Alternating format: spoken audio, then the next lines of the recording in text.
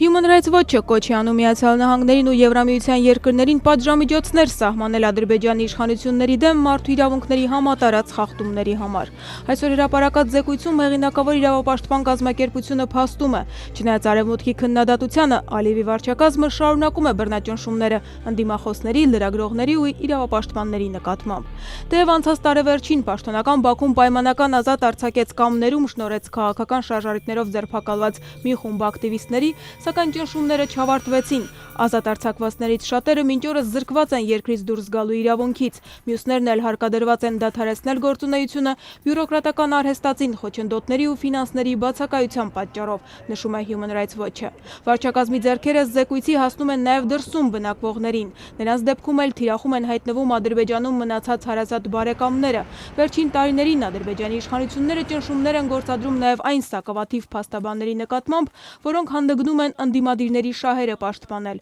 Ոմանք զրկվում են երկրից դուրս գալու իրավունքից, մյուսների դեպքում հարկային ստուգումներ են սկսվում փաստաբանական գրասենյակում, իսկ առավել համարձակներն էլ դուրս են մնում համակարգից կասկածելի մեղադրանքներով։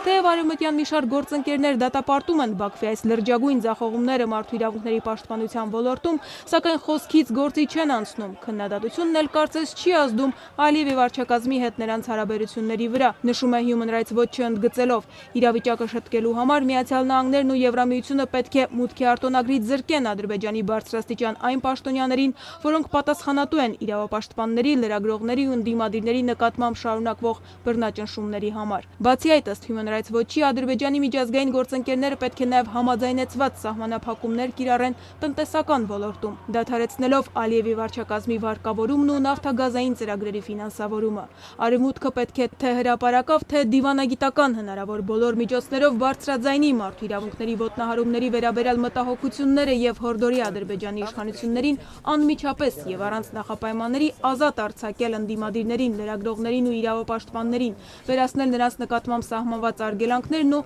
երաշխավորել քաղաքացիական հասարակության անկաշկանդ ու ազատ գործունեությունը երկրի տարածքում։